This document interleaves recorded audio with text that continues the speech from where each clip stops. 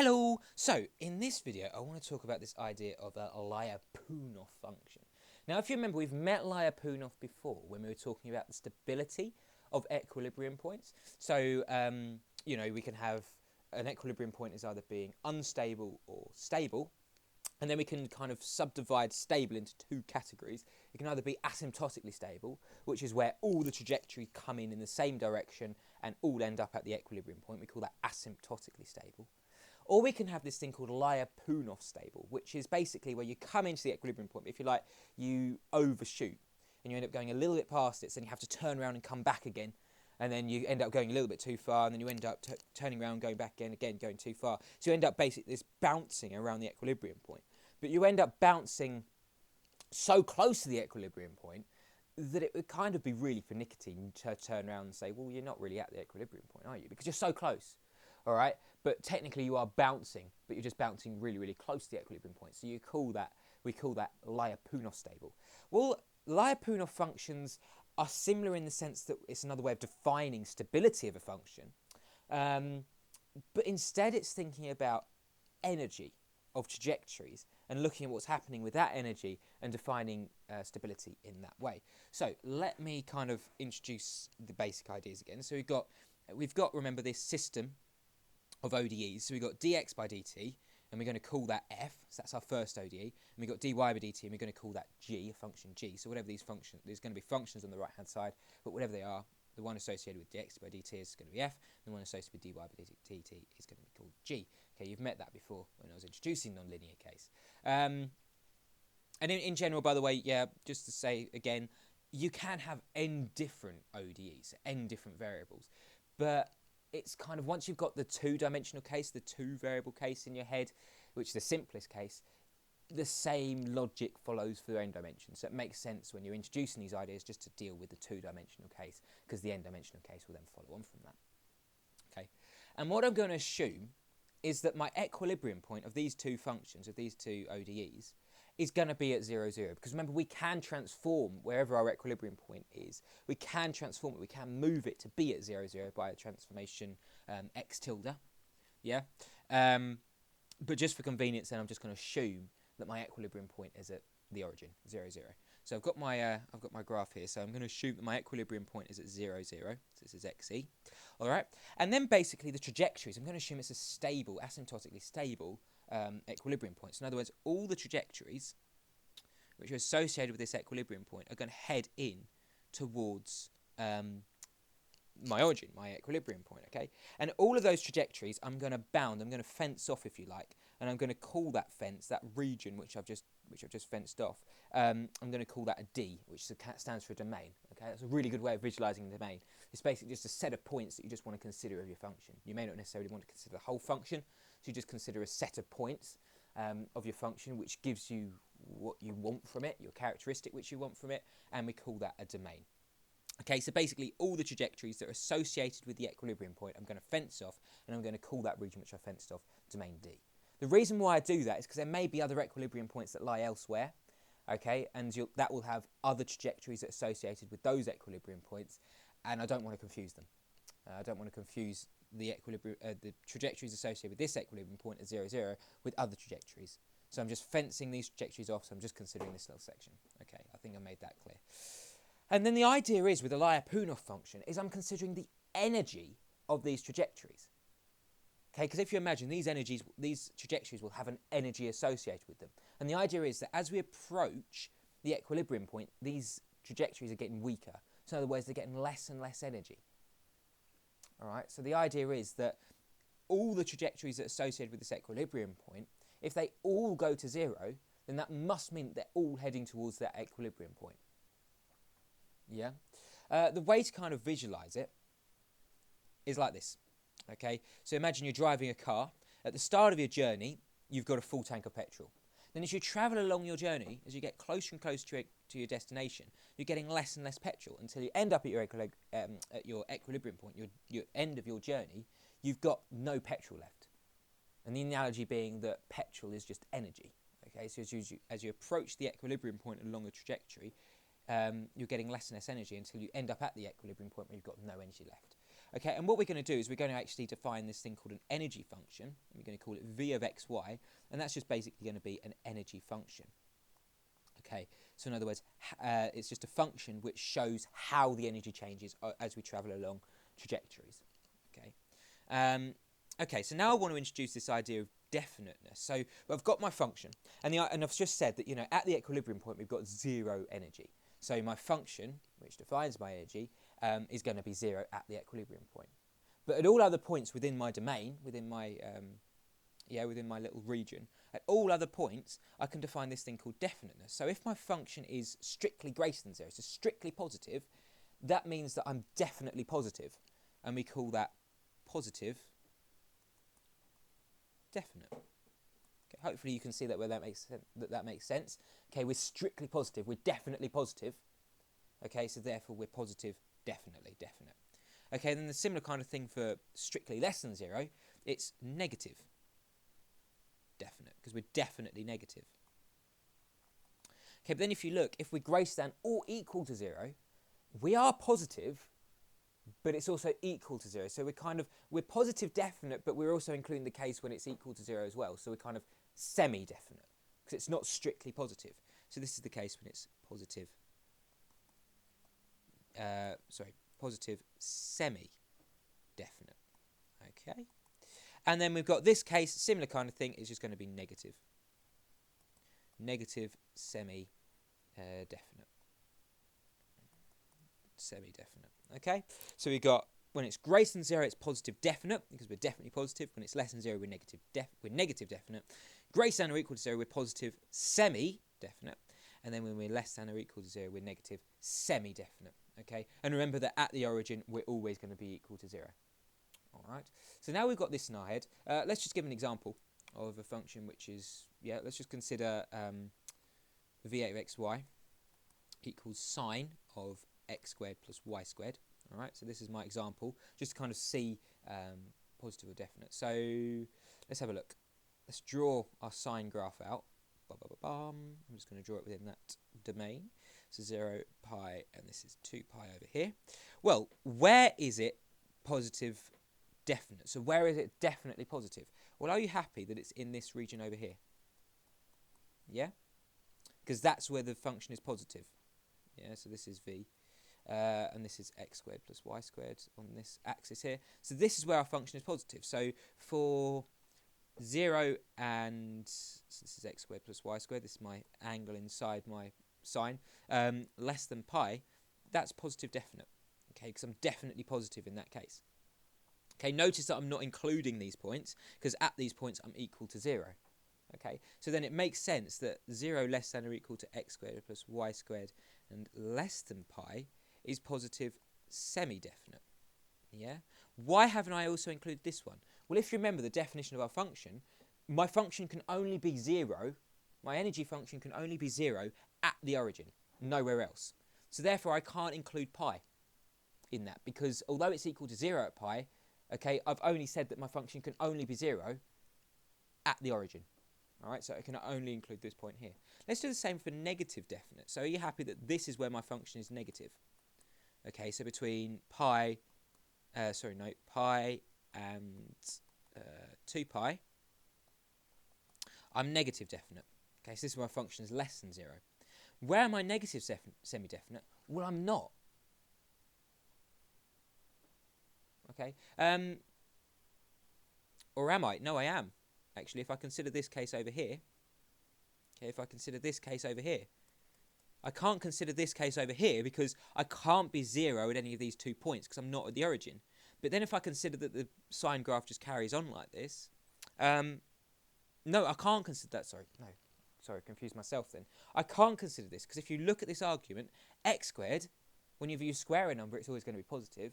When you square another number, it's always going to be positive. So when I'm adding 2 positive numbers, I'm always going to end up with a positive argument. So I can't consider anything left to the left. Okay, so I can't consider down here. If I could consider down here, then I'd have to consider this case to be negative semi-definite because I'd have to consider the origin. Remember that I can only be equal to 0 at the origin.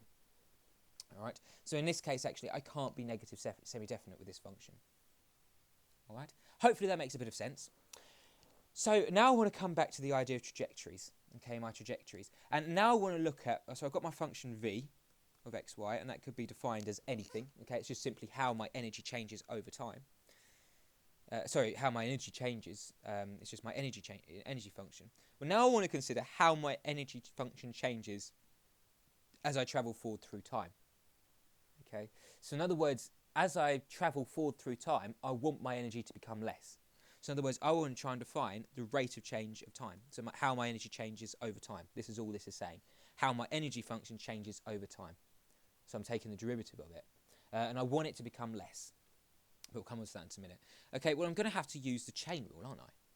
Because I've defined v in terms of x and y. So I'll have to do the partial derivative of v with respect to x multiplied by the partial derivative of x with respect to t. Okay? And then you're going to add that to the partial derivative with respect to y. And you're going to have to multiply that by the partial derivative with respect to time.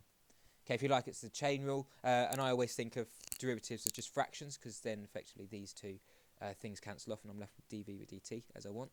But I'm going to have to consider both variables. So I'm going to have to consider it differentiate with respect to x and with respect to y and just add the two. This is just the chain rule.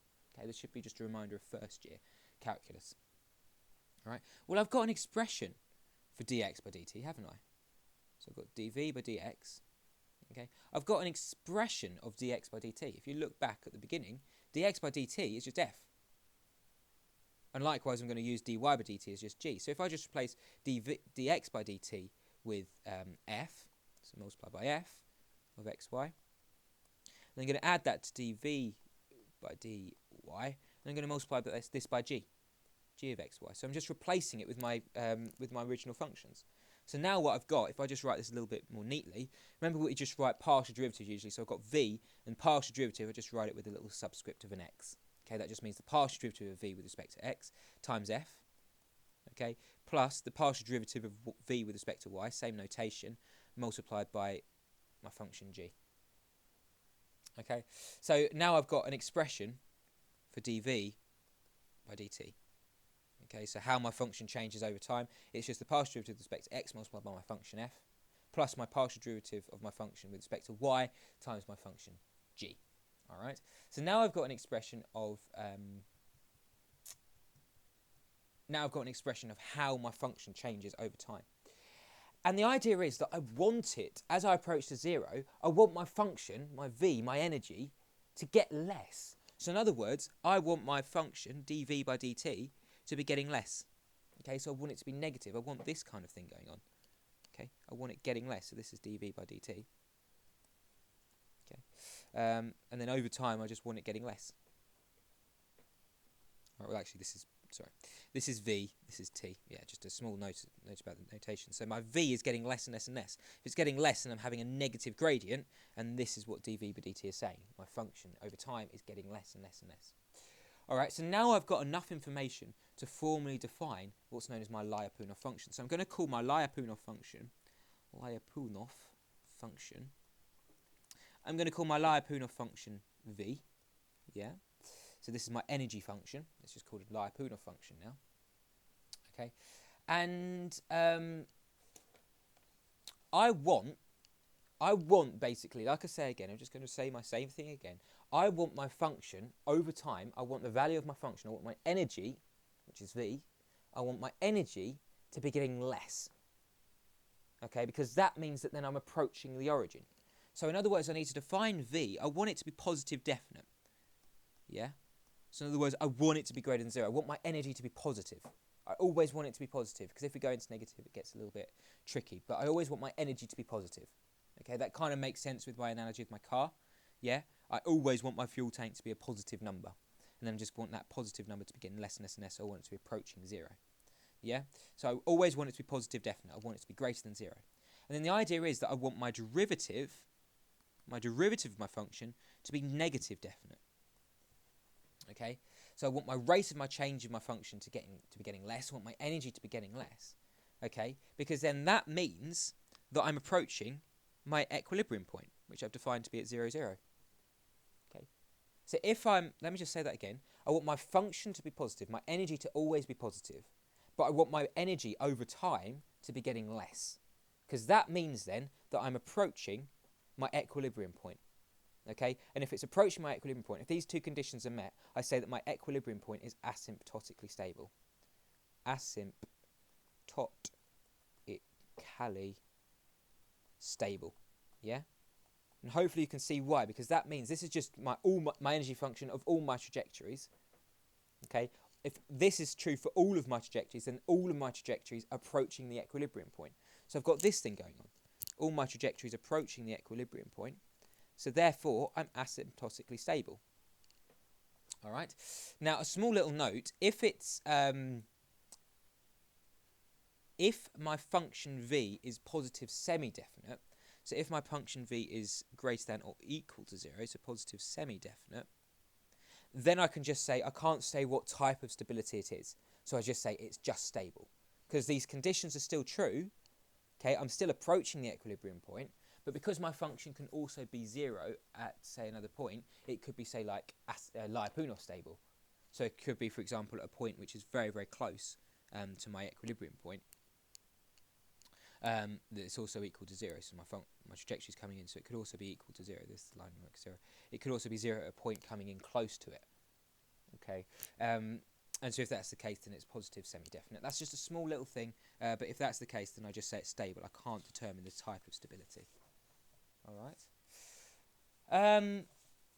Now I want to kind of assume the converse. So it's the same kind of thing. Okay, so I've got, maybe if I just make this a little bit smaller and just put it over to one side, actually. So then you can just kind of refer back to this. I'll do. Put it over there. Make it full screen. Oh, don't do that. Oh, it's playing up again. There we go. Undo. And I want it to make it full screen. Cool. Okay, so I've got this kind of thing here. Now I want to assume the same kind of thing. So I want to assume that my function is positive definite. Yeah. So it's always going to be greater than 0. But now I want to assume that my rate of change, instead of it getting less, I want to assume that it's getting bigger. This is just kind of the negative, the opposite of what I've got here. Okay, so it kind of, hopefully you can see what's going on. So in other words, it's negative definite. It's getting bigger. Is that right? No, sorry, that's positive definite now. So my rate of change, as my energy changes over time, it's getting greater. Okay, well, if that's the case, then fairly obviously, hopefully you can see that my equilibrium point is unstable. My equilibrium point is unstable because my energy is getting more. Okay, so if you like, this is my equilibrium point. As I travel along the trajectory, I must be travelling in the opposite direction. I haven't drawn that equilibrium point correct. Right, there we go. Yeah, because an unstable equilibrium point is given by a not filled in circle. My stable equilibrium point is filled in with a blacked in circle. So it's got to be a not filled in circle. But hopefully you can see, if I'm getting more energy over time, then that must mean that I'm travelling away from the equilibrium point. It's just the opposite situation of what's happening here. Okay? If you like, if you want my car analogy, yeah, we're starting here. We're starting at my destination and we're going back in time. Yeah, or going back along the same journey. So if we're travelling back along the same journey, we're getting more petrol. That's quite a weird, perhaps my analogy breaks down there. But hopefully you can kind of see what's going on. It's just the opposite situation as what we had before. So therefore, if my energy is getting greater, then that must mean that I'm travelling away from the equilibrium point. Yeah, so I say that it's unstable. Okay, so these are kind of the two ideas. These are two Lyapunov. This is the idea, the main ideas of the Lyapunov function. There we go, put that there. Oh, there we go. Lyapunov function. So if the rate of change of my function is getting less, then that must mean that over time my energy is getting less, so I'm travelling towards the equilibrium point. But if over time my rate of change of my function is getting greater, so it's increasing, it's getting more, then that must mean that over time I'm travelling away from my equilibrium point. Okay, simple as that. Now I want to talk very, very quickly about this thing called the basin of attractiveness. Okay, this sounds complicated, but it's actually a really logical idea. Okay, the reason why it's called this kind of becomes more obvious. And the idea is that I've got my set of functions again, my system of functions, dx by dt and dy by dt, that equals f. and that equals G. So I've got my system of functions. Okay, and the idea is the basin of attractiveness is just like this. So it's a basin, and my equilibrium point is at the bottom of this basin. If you can imagine, it's kind of a 3D basin, like a sink. Yeah, all of my points kind of at the top, if you like, fall towards, well, they can be anywhere on the sides, they always fall towards the equilibrium point. And that basin of attractiveness, so if you like, my equilibrium function here, my energy function, my Lyapunov function, okay, the trajectories all go towards my my equilibrium point. So that must mean they're all attracted. All my points, wherever I start from, they're all attracted to my equilibrium point along these trajectories. Okay, so this is kind of a 3D model of what's going on. If you like a sink, you put a marble on the side of a sink, so the marble represents all of my points within my domain. Yeah, and they're all, so this is my domain, and this is my equilibrium point. Yeah, all of the points, wherever they may be, they're always attracted to my equilibrium point. So if you like, the marble on the side of the basin, it always will fall towards the bottom of the basin. And at the bottom of the basin is, if you like, the sink, the plug hole. Then that plug hole is my equilibrium point. So that's where all of my marbles kind of fall to. Right, so hopefully that makes a bit of sense. The basin of attractiveness just means that all of my points sort of head towards the same place, the plug hole at the bottom, which is my equilibrium point. Okay. Right, okay. Now I'm going to sort of look at the basin of attractiveness in some more detail and associate it with the Lyapunov function. So let's assume that I've got a domain. Let me just draw out my domain again. So I've got my domain here, and I've got my equilibrium point at this, within this domain. Okay. Let's assume that the total energy, let me just write this out again, the total energy of this domain, so in other words, I've got all my trajectories. Okay, well, the point within this domain where my energy is at the maximum, okay, so not the max total, the maximum, this is what I mean, the maximum energy of this domain. All right, so the point within my domain where my trajectory, when I travel along my trajectories, the point where my energy is at absolute maximum. Okay, well, that's going to define my my domain. I'm going to let that maximum energy which lies within this domain. Okay, so the maximum energy that I can have, I'm going to define the maximum energy as K. Okay, so some value K, it'll be some value, and basically as I travel along each trajectory, I'm just getting less. All right, so the maximum energy in this domain is going to be K, and I'm going to define then my domain as dk. All right, so that just basically means that all of my energy functions must be less than this maximum energy. Okay, so as the energy, all the energies along each trajectory, must always be less than some value, because this is the maximum value that I can get of my trajectory, maximum energy that I can get.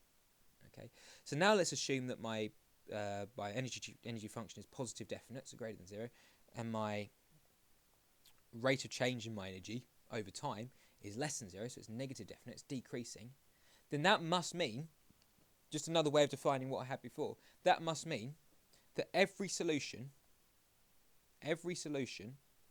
that starts in dk, so every solution that starts in dk at some point in dk must approach the origin.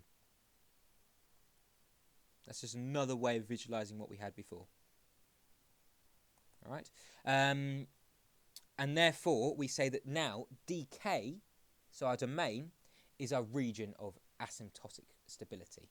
All right, so my domain, because every point within there has got an energy which is less than k, okay, I now say that my domain, I've now defined my domain as my region of asymptotic stability. So my domain is my region of asymptotic stability. So every point in there, this basically defines all the points that head towards my origin. It's like my basin, right? All the points that define it, my basin, if you like, my region of asymptotic stability. So all the points that fall towards the origin. All right, and then the last thing which I need to do is just define a particular special type of my energy function. So I've got v of xy as my energy function, and I'm going to define it by a kind of polynomial. It's not quite, because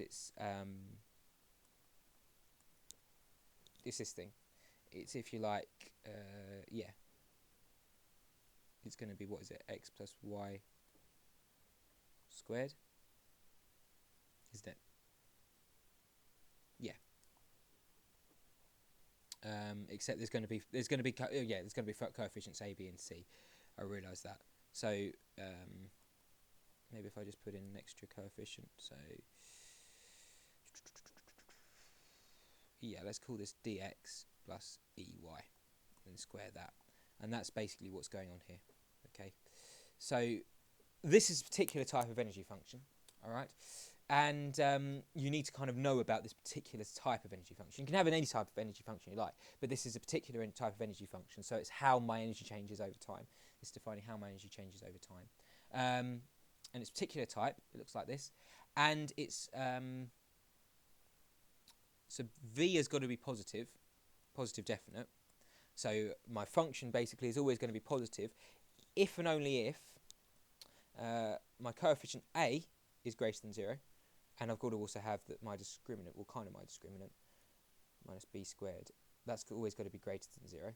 Okay, that's going to be the case. That's going to be the same in both cases. But the important thing here is that my a has got to be greater than 0. So if my function has got to be positive definite, then my coefficient with the x squared has always got to be positive. All right, and then if phi is less than 0, that means it's negative definite, and that happens if and only if a is less than 0. Okay, so my coefficient on the x squared has got to be less than 0, and the same thing with my discriminant. Okay, that's always got to be positive. All right. If you like, the way to visualize it is, or the analogy which you can make with it is with a parabola. All right. If we have positive x squared, then it's going up. If we've got negative x squared, then it's going down. So in this case, a is positive, because a is equal to 1, it's positive. And if a is negative, less than 0, then it's always going down. That's kind of an analogy which you might like to make.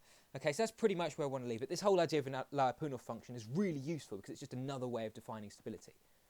Basically, if you can look at the energy along each trajectory, well, if that energy is getting less, then that must mean that you're heading towards an equilibrium point, all right? But if your energy is getting greater, then that must mean you're heading away from an equilibrium point, all right? So then you can define stability in that way, just by looking at the energy.